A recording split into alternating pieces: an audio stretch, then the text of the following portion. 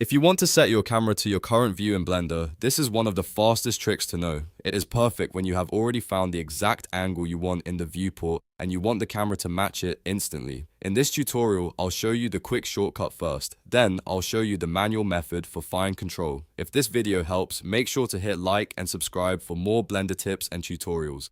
First, move your viewport to the angle you want your final shot to use. Once you are happy with the framing, press Ctrl plus Alt plus Numpad 0.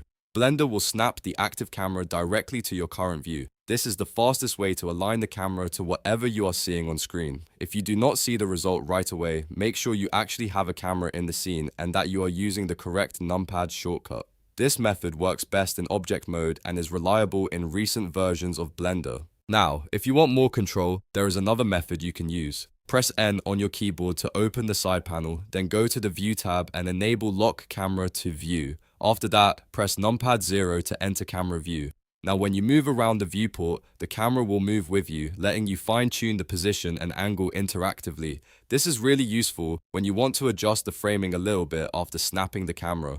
For small tweaks, you can also use G to move the camera and R to rotate it manually. Once everything looks right, disable Lock Camera to View so you do not accidentally move the camera later. That is all there is to it. In just a few seconds, you can set the camera to your current view in the Blender and keep working much faster. If this helped you, please like the video, subscribe to the channel, and leave a comment if you want more Blender shortcuts and workflow tips.